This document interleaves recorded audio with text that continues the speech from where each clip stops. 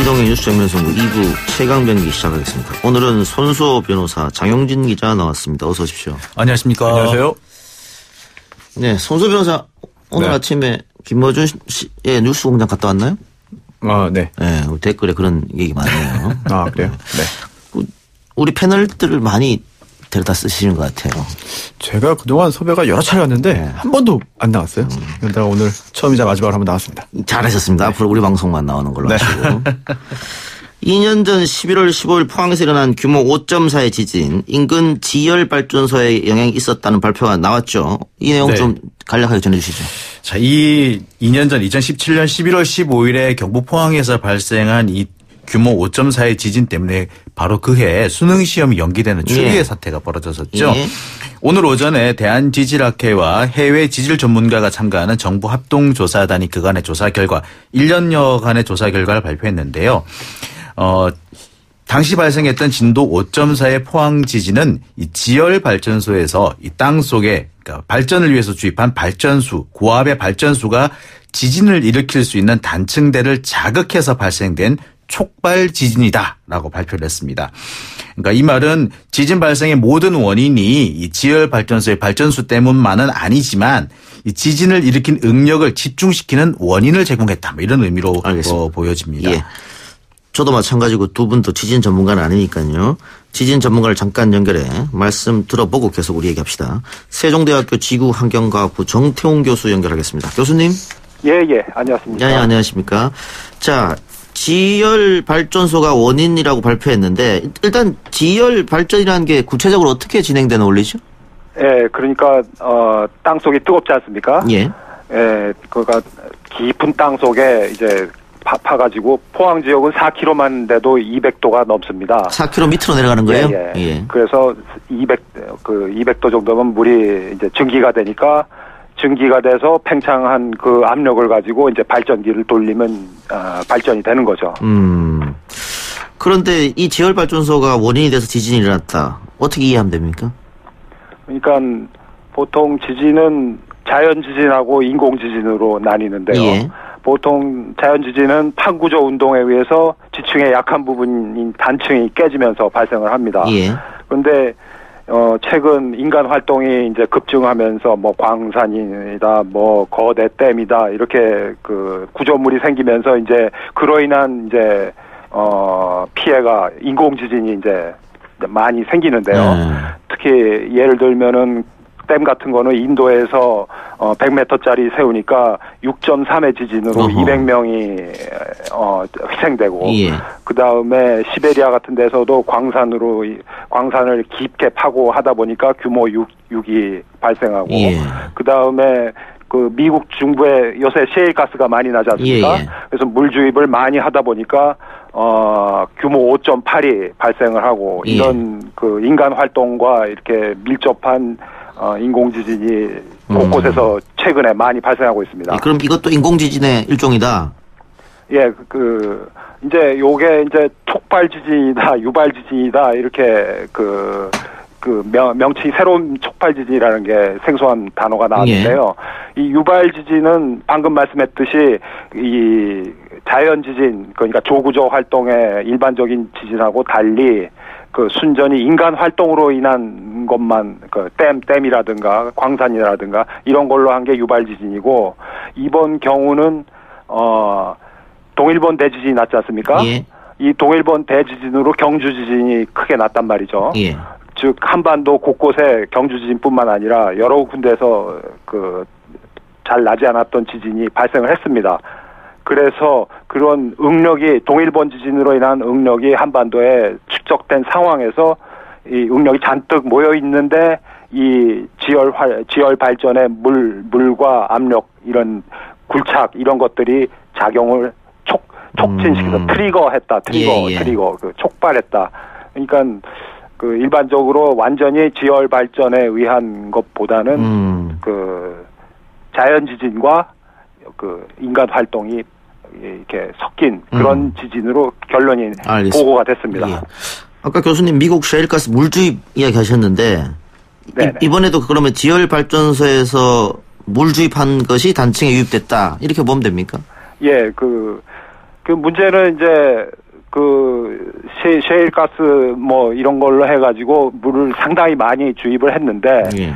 그 대부분 3 정도, 규모 3 정도만 나고 그리고 엄청난 양 그 이번 포항 지진의 지열 발전에 비해서 수십 배 물을 주입하니까 5.8이 났다. 그러니까 그런 그 해외 사례를 잘 그 연구해가지고 그 조그만 양은 괜찮겠지 해가지고 그 작은 양으로 이렇게 좀 방심한 면이 있었던 것 같습니다. 그 지열 발전소는 전국에 지금 어디 있습니까? 포항만 있습니까? 예, 현재로선 그 포항이 이제 예, 다른 데는 아직 예. 앞으로 이 포항의 지열 발전소 어떻게 해야 됩니까? 그러니까 이게 세계 최초의 그 상황인데요. 예. 예. 다른 데서 이렇게 이런 조그만 물의 양 가지고 이렇게 큰 지진이 났다는 것은 이 대한민국에서 처음으로 발생해서 해외에서도 무척 그 사이언스지에도 나오고 그 주목하는 그런 상황입니다. 그러니까 이 최초의 사례인 만큼 잘 분석을 해가지고 말이죠. 예. 앞으로 어떻게 해야 될지는 좀 연구를 해봐야 될 것 같습니다. 예. 그럼 당분간 지열 발전소에 뭐 더 밑으로 내려간다든가 물을 주입한다든가 이런 건 일단 중단해야 될 것 같은데 추가 지진 발생 우려는 없습니까? 그 현재로서는 그 뭐 앞으로 어떻게 될지는 한데 한반도의 상황으로 봐서는 규모 6 이상의 지진이 날이라고는 보기 어렵고. 네, 보기 어렵습니다. 알겠습니다. 교수님 오늘 말씀 감사합니다. 예. 지금까지 세종대 지구환경과학부 정태웅 교수였고요. 자, 지금 포항 지역 주민들은 어쨌든 원인이 그 지열 발전소 탓이면 정부가 책임져야 된다. 지금 이렇게 주장하고 있고 이게 이명박 정부 시절 신재생 에너지를 확보하기 위해 국책 사업으로 추진된 거라면서요? 그렇습니다. 예. 그러니까 서울대를 비롯해서 포스코라든지 뭐 지질연구회라든지 이렇게 관련 기관에서 모두 참여해가지고 그 시행 회사를 따로 만들었죠. 예. 그래가지고 바로 그 사업을 진행했는데 이게 사실은 2007년부터 처음부터 이렇게 그 지열 발전소를 지어야 된다는 얘기가 나오기 시작했다고 그래요. 제가 볼 때는 이 사업 진행 과정이 총체적인 문제가 있지 않느냐라는 생각이 듭니다. 왜냐하면은 이게 2007년에 처음 거론되기 시작했는데 2008년에 사업화가 되기 시작했고 2010년에 사업지가 확정이 됩니다. 그리고 2012년에 시추공을 뚫기 시작해요. 뭐 일부 언론에서는 2015년에 지열 발전소를 착공했다고 그러는데 그거는 발전소 터빈을 짓기 시작했다는 거고 실제로 구멍을 뚫은 거 시추공을 뚫은 건 2012년부터였다고 그래요. 그러니까 그 처음 학술적인 문제 제기부터 해가지고 그러니까 사업의 제안부터 그다음에 첫 사업을 뜨기까지 5년밖에 안 걸린 거죠. 그러니까 너무 좀 이게 좀 졸속으로 진행되지 않았느냐는 지적을 할 수밖에 없고요. 그다음에 이 문제를 처음 제기한 사람하고 이 사업을 진행한 그 사업 그 시행자가 동일 인물이라는 그런 문제도 있습니다. 게다가 시공업체는 중국 업체인데 한 번도 지열 발전소를 시공해 본 적이 없다 그래요. 스위스 같은 경우에는 이 지열 발전 때문에 지진이 일어나서 지열 발전소를 폐쇄한 사례가 있다고 하는데 그렇죠. 어쨌든 정부 책임으로 이렇게 좀 결론이 났기 때문에 지금 지난해부터 주민 1,300여 명이 정부를 상대로 손해배상 소송에 참여하고 있는데 이번 조사 결과 발표로 소송 규모는 확대될 수도 있겠습니다. 그럴 가능성이 있습니다. 이 소송이라는 게 민사소송이니까요. 손해배상 청구인데 재판을 진행하다가 내가 입은 손해가 더 크다라고 생각하면은 그 손해액을 또 이제 청구 취지를 확장할 수 있는 것이고요. 또 애초에 그 원고에 포함되지 않았던 새로운 원고들이 이번 조사 결과에 기초해서 이번 사건이 내가 입은 피해가 이 정부 그리고 또 사업을 진행한 그런 그 사업주 측에 있다라고 생각해서 추가적인 소송을 제기할 수 있거든요. 이번 법정에서 책임 소재가 가려지겠습니다만 손해배상 책임의 그 책임 소재가 자칫하면은 정부가 부담해야 될 손해배상액이 굉장히 커질 수도 있는 상황이죠. 예, 법정에서 가려지겠지만 어쨌든 이거는 과학적으로 잘못이 원인이 정부에 있다라고 해준 거기 때문에 주민들 입장에서는 굉장히 조금 더 소송에 대해서 좀 희망적으로 긍정적으로 바라보지 않을까 싶습니다. 그렇습니다. 또 왜냐하면 지금 이 발전소를 소유하고 있는 게 민간 기업이에요. 근데 그 민간 기업이 현재 경영 상태가 매우 좋지 않습니다. 회생 절차 진행 중이거든요. 그래요? 그렇다면 그 민간 업체의 손해배상 책임이 인정된다 하더라도 배상할 자력이 사실상 없다고 봐야죠. 그렇다면 이제 함께 이제 피고로 지정되어 있는 그 정부가 결국 국가가 그 부분을 책임질 가능성이 매우 높아졌습니다. 다른 얘기 봅시다. 자, 사기 혐의로 복역 중인 청담동 주식부자 이희진 씨 부모가 피살되는 사건이 발생했는데 범행 당일 CCTV를 보면 4명이 이 씨 부부의 아파트로 들어가는 모습이 다 찍혔습니다. 네.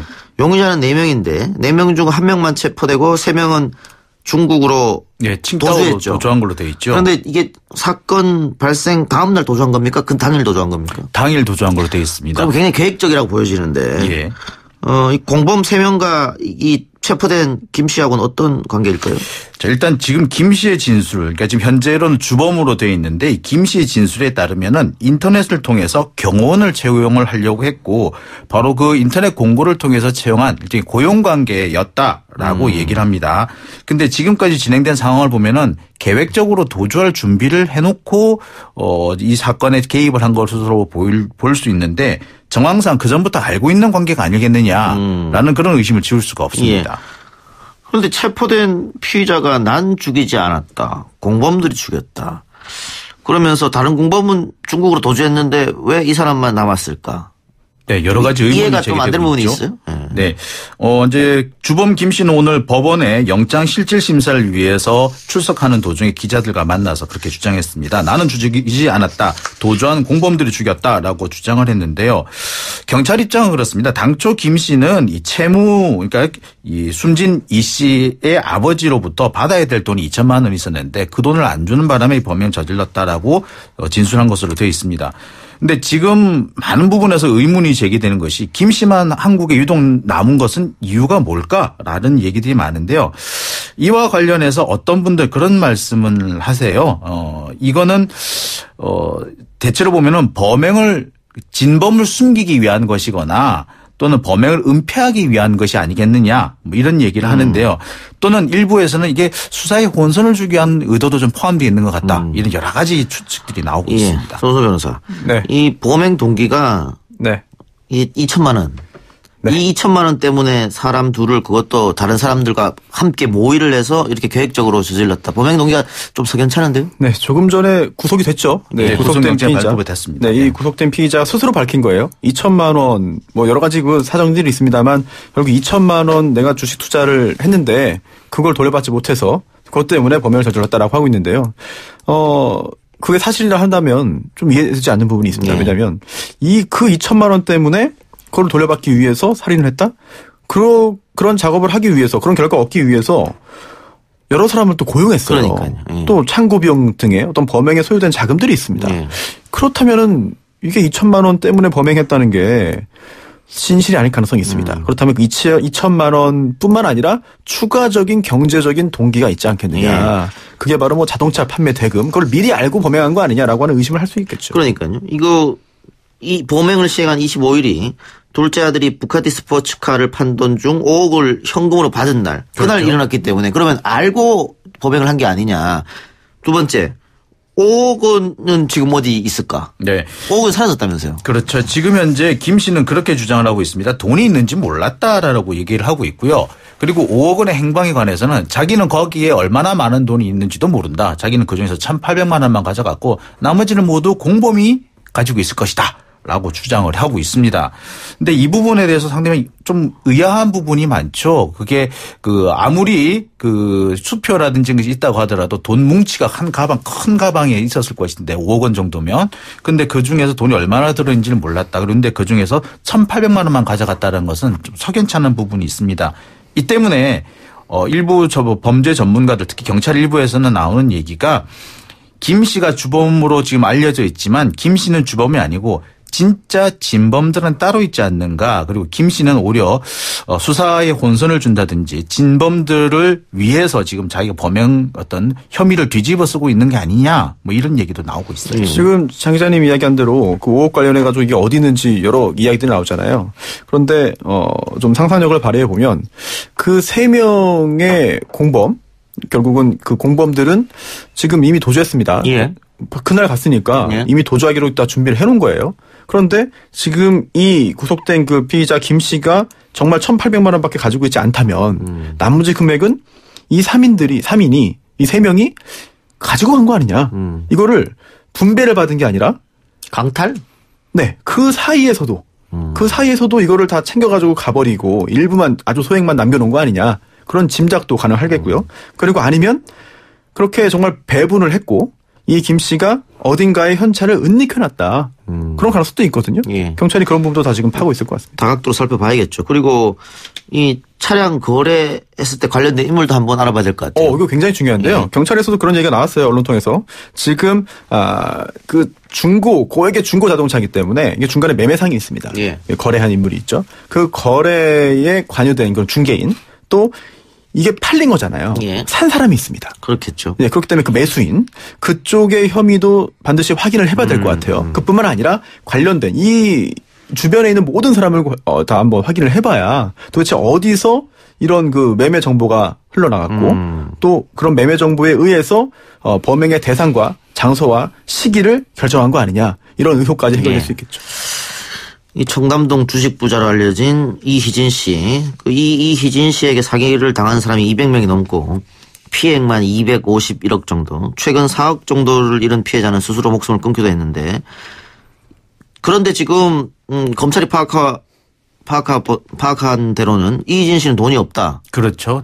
법인 명의로 다 돼 있거나 아니면은 다 빌린 거거나 뭐 그렇게 돼 있다고 하죠. 또는 200몇 억을 사기를 쳤는데 그 돈이 없다고요? 그러니까 증발이 됐다라고 다들 이렇게 얘기를 하고 있어요. 그래서 어딘가에 은닉해 두고 있는 게 아니겠느냐라는 의심하시는 분들도 많이 계십니다.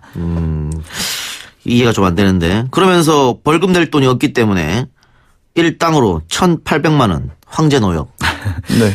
이게 이제 벌금이 300억 원이 선고가 됐고요. 추징금 150억 원인데 이게 제가 알기로는 그렇습니다. 이 벌금을 안 내면 이렇게 노역장이 유치가 되는데 예.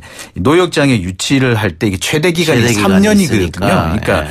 결국 3년을 풀로 채운다고 하더라도 계산해 보면 하루에 1,800만 원씩이나 되는 거죠. 심지어 추징금은 노역장 유치도 없어요. 그래서 전두환 전 대통령 같은 경우도 추징금 지금 다 못 내고 있는데 뭐 노역하지 않거든요. 네, 제도의 미점이 있습니다.